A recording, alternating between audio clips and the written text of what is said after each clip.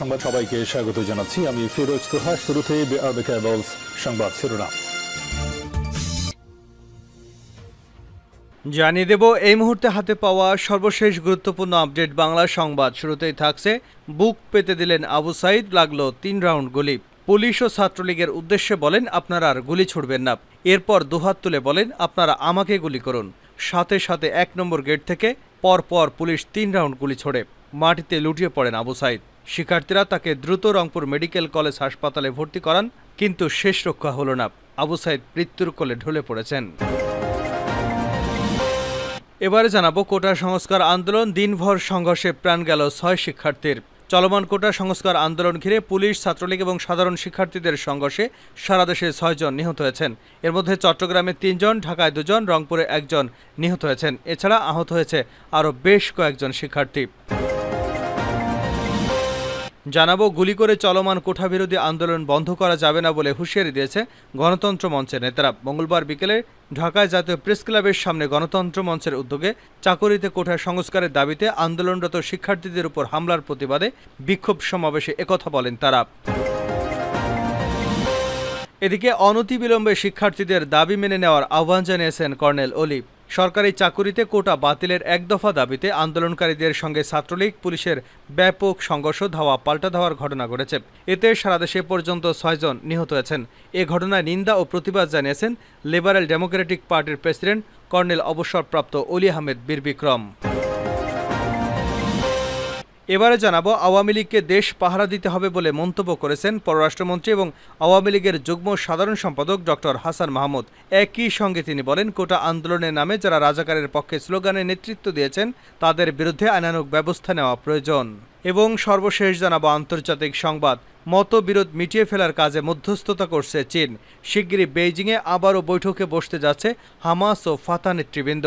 ফিলিস্তিনের প্রধান দুটি সংগঠন ইসলামী প্রতিরোধ আন্দোলন হামাস এবং রাজনৈতিক দল ফাতাহর শীর্ষ নেতারা চলতি মাসের শেষের দিকে চীনের রাজধানী বেইজিংয়ে শান্তি আলোচনায় মিলিত হবেন বলে খবর পাওয়া গেছে। এতক্ষণ শিরোনাম শুনছিলেন, এবার বিস্তারিত। প্রিয় দর্শক, আপনি যদি এই চ্যানেলে নতুন হয়ে থাকেন, ভিডিওটি দেখতে দেখতে চ্যানেলটি সাবস্ক্রাইব করে আমাদের সঙ্গে থাকুন। আর এই ভিডিও সম্পর্কে আপনি আপনার মূল্যবান মতামতটি কমেন্ট বক্সে জানিয়ে দিন। আর হ্যাঁ প্রিয় দর্শক, জানিয়ে দিন ভিডিওটি কোথা থেকে দেখছেন। নিজের বুক পেতে দিলেন আবু সাইদ, লাগলো 3 রাউন্ড গুলি। পুলিশ এবং ছাত্রদলের উদ্দেশ্যে বলেন আপনারা আর গুলি ছুড়বেন না। এরপর দুহাত তুলে বলেন আপনারা আমাকে গুলি করেন। সাথে সাথে 1 নম্বর গেট থেকে পুলিশ পরপর 3 রাউন্ড ছড়াগুলি ছুড়লে মাটিতে লুটিয়ে পড়েন আবু সাইদ। শিক্ষার্থীরা তাকে দ্রুত রংপুর মেডিকেল কলেজ হাসপাতালে ভর্তি করেন। সেখানে চিকিৎসাধীন অবস্থায় তার মৃত্যু হয়। মঙ্গলবার পৌনে 2টার দিকে তিনি গুলিবিদ্ধ হন। নিহত শিক্ষার্থীর বাড়ি জেলার পীরগঞ্জ উপজেলার জাফরপাড়ায়। তিনি ইংরেজি বিভাগের 12তম ব্যাচের শিক্ষার্থী। পরে মেডিকেল ক্যাম্পাসে লাশ নিয়ে মিছিল বের করে শিক্ষার্থীরা। এরপর লাশ তাদের কাছ থেকে পুলিশ হেফাজতে নিলে পরিস্থিতি আরও উত্তপ্ত হয়। লাশের দাবিতে আবারও বিক্ষোভ শুরু করেন শিক্ষার্থীরা।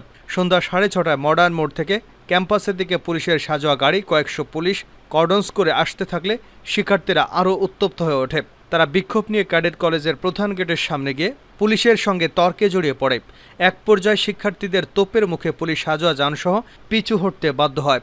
ক্যাডেট কলেজ পোস্ট অফিসের সামনে গেলে শিক্ষার্থীদের ঘরে ফিরে যাওয়ার জন্য অনুরোধ করতে আসে এক প্লাটুন বিজেপি। তাদেরকে পিছু হটতে বাধ্য করেন তারা। পরে তারা মডার্ন মোড়ের আশপাশে অবস্থান নেয় এবং লাশের দাবি করে। শিক্ষার্থীদের অভিযোগ, রংপুর মেডিকেল কলেজ হাসপাতালে আহত শিক্ষার্থীদের উপর হামলা করে তাদের সেখান থেকে বের করে দিয়েছে ছাত্রলীগ। রংপুর মহানগর পুলিশের কমিশনার মোহাম্মদ মনিরুজ্জামান জানান, পুলিশ পরিস্থিতি নিয়ন্ত্রণ করতে টিয়ারশেল এবং রাবার বুলেট ছুড়েছে। পুলিশের গাড়ি পুড়িয়ে দেওয়া হয়েছে। অন্তত 10 জন পুলিশ আহত হয়েছে। এ ঘটনায় এক শিক্ষার্থী মারা গেছে। পরিস্থিতি নিয়ন্ত্রণ করবার চেষ্টা হচ্ছে। এদিকে নিহতের বাড়ি পীরগঞ্জের জাফরপাড়ায় চলছে শোক। তার বাবা মকবুল হোসেন আওয়ামী লীগের একজন সক্রিয় কর্মী বলে জানা গেছে। কোটা সংস্কার আন্দোলন, দিনভর সংঘর্ষে প্রাণ গেল 6 জনের। চলমান কোটা সংস্কার আন্দোলন ঘিরে পুলিশ, ছাত্রলীগ এবং সাধারণ শিক্ষার্থীদের সংঘর্ষে সারা দেশে 6 জন নিহত হয়েছেন। এর মধ্যে চট্টগ্রামে 3 জন, ঢাকায় 2 জন এবং রংপুরে 1 জন নিহত হয়েছেন। এছাড়া আহত হয়েছেন আরও অনেকে। সোমবার শিক্ষার্থীদের উপর হামলার প্রতিবাদ এবং প্রধানমন্ত্রীর বক্তব্য প্রত্যাহারে 1 দফা দাবিতে মঙ্গলবার দেশের সব বিশ্ববিদ্যালয়ে বিক্ষোভ মিছিল করার ঘোষণা দেয় বৈষম্য বিরোধী ছাত্র আন্দোলন। অপরদিকে মহান স্বাধীনতাকে কটাক্ষ করে রাজাকারের সাফাই এবং সাধারণ শিক্ষার্থী ও নেতাকর্মীদের উপর হামলার প্রতিবাদে একই দিন বিক্ষোভ সমাবেশের ডাক দেয় বাংলাদেশ ছাত্রলীগ।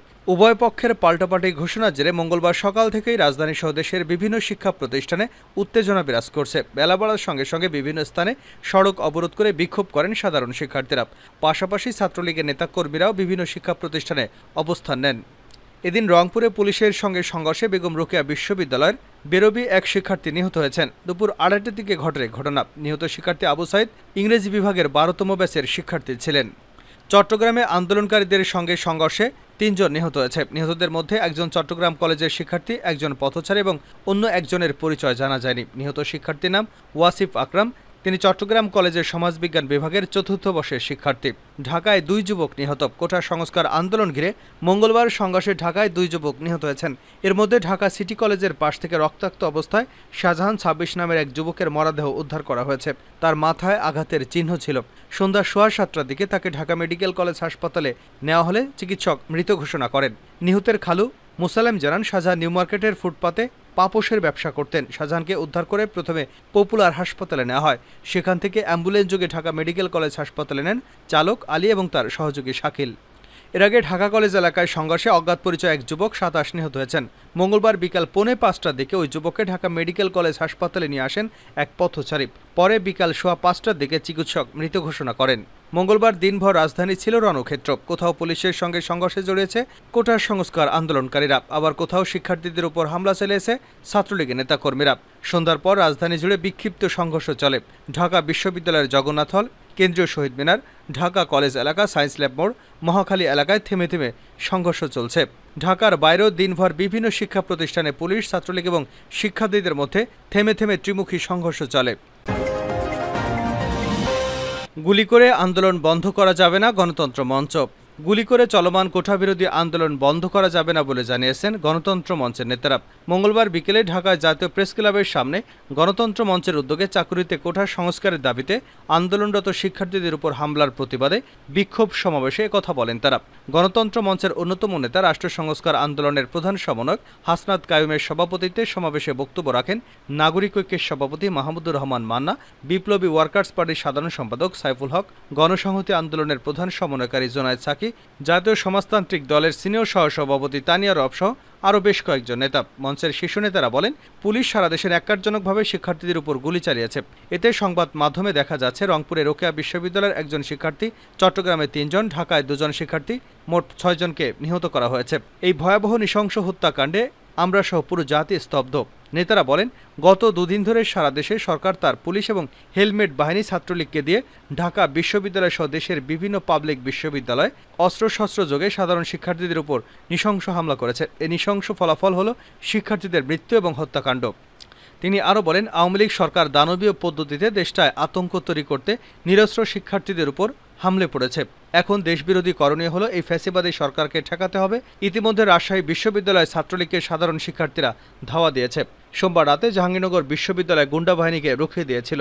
নেতারা বলেন, সরকার একদিকে হাইকোর্ট দিয়ে তামাশা অব্যাহত রেখেছে, অন্যদিকে রাষ্ট্রযন্ত্রকে শিক্ষার্থীদের বিরুদ্ধে নির্মমভাবে লেলিয়ে দিয়েছে। কাজেই দেশবাসীকে এই আন্দোলনের পাশে আকণ্ঠ চিত্তে দাঁড়াতে হবে। শিক্ষার্থীরা যেখানে নিপীড়িত হচ্ছে সেখানে জনগণকে দাঁড়াতেই হবে, কেননা দেশকে সরকার মেধার ভিত্তিতে নয়, নতজানু দাসত্বের নীতি দিয়ে পরিচালনা করতে চায়। অনতিবিলম্বে শিক্ষার্থীদের দাবি মেনে নেওয়ার আহ্বান কর্নেল অলির। সরকারি চাকুরিতে কোটা বাতিলের 1 দফা দাবিতে আন্দোলনকারীদের সঙ্গে ছাত্রলীগ এবং পুলিশের ব্যাপক সংঘর্ষ, ধাওয়া পাল্টা ধাওয়ার ঘটনা ঘটেছে। এতে সারা দেশে পর্যন্ত 6 জন নিহত হয়েছেন। এ ঘটনায় নিন্দা ও প্রতিবাদ জানিয়েছেন লিবারেল ডেমোক্রেটিক পার্টির এলডিপির প্রেসিডেন্ট কর্নেল অবসরপ্রাপ্ত অলি আহমেদ বীর বিক্রম। মঙ্গলবার পাঠানো এক বিবৃতিতে তিনি এমন নিন্দা ও প্রতিবাদ জানিয়েছেন। বিবৃতিতে বলা হয়, আন্দোলনরত ছাত্রছাত্রীদের উপর ছাত্রলীগ এবং পুলিশের হামলা সারা বাংলাদেশ আজ রক্তাক্ত হয়ে গেছে। কোটা সংস্কার আন্দোলনের ঘটনায় পর্যন্ত সারা দেশে 6 জন নিহত হওয়ার ঘটনা ঘটেছে। সারা দেশে আন্দোলনরত ছাত্রছাত্রীদের উপর পুলিশ রাবার বুলেট এবং কাঁদানে গ্যাস নিক্ষেপ করে। এইসব নির্মম হত্যাকাণ্ড সহ সারা দেশে পুলিশ এবং ছাত্রলীগের হামলা এবং গুলিতে নিহত অসংখ্য শিক্ষার্থী হাসপাতালে ভর্তি হয়ে চিকিৎসা নিচ্ছেন। অলি আরও বলেন, 15 বছরে অবৈধ আওয়ামী সরকার মুক্তিযোদ্ধা কোটায় ছাত্রলীগকে চাকুরিতে নিয়োগ দিয়েছে। অতএব শিক্ষার্থীদের আন্দোলন যৌক্তিক। তিনি অনতিবিলম্বে দাবি মেনে নেওয়ার আহ্বান জানিয়েছেন। শিগগিরই বেইজিংয়ে আবারও বৈঠকে বসতে যাচ্ছে হামাস ও ফাতা নেতৃবৃন্দ। ফিলিস্তিনের প্রধান দুটি সংগঠন ইসলামী প্রতিরোধ আন্দোলন হামাস এবং রাজনৈতিক দল ফাতার শীর্ষ নেতারা চলতি মাসের আরও শেষের দিকে চীনের রাজধানী বেইজিংয়ে শান্তি আলোচনায় মিলিত হবেন বলে খবর পাওয়া গেছে। ফাতার কেন্দ্রীয় কমিটির উপমহাসচিব সাবরি সাইদাম বলেন, তার সংগঠনের নেতারা আগামী 20 থেকে 21শে জুলাই বেইজিং সফর করবেন। বেইজিংগামী হামাস প্রতিনিধি দলে নেতৃত্ব দেবেন সংগঠনের পলিট ব্যুরোর প্রধান ইসমাইল হানিয়া ও ফাতা প্রতিনিধি দলে নেতৃত্ব থাকবেন সংগঠনের উপপ্রধান মাহমুদ আলুল। এর আগে 2014 সালের এপ্রিলে দুই সংগঠন নিজেদের মধ্যকার মতবিরোধে এবং ভুল বোঝাবুঝি মিটিয়ে ফেলতে সম্মত হয়েছিল। দুপক্ষের সমঝোতা অনুযায়ী এটি ঐক্যমতের সরকার গঠিত হয়েছিল, কিন্তু 2015 সালের জুন মাসে ওই সরকার একতরফাভাবে ভেঙে দেয় ফাতা। এটি দাবি করে হামাস ফাতাকে গাজা উপত্যকায় কাজ করতে দিচ্ছে না। 2006 সালে গাজা উপত্যকা এবং পশ্চিম তীরে অনুষ্ঠিত আইন পরিষদের নির্বাচনে হামাস বিজয়ী হবার পর ফাতা এবং হামাসের মধ্যে তীব্র বিরোধ তৈরি হয়। পরবর্তীতে হামাস শুধুমাত্র গাজা এবং ফাতা শুধুমাত্র পশ্চিম তীরে নিয়ন্ত্রণ গ্রহণ করে।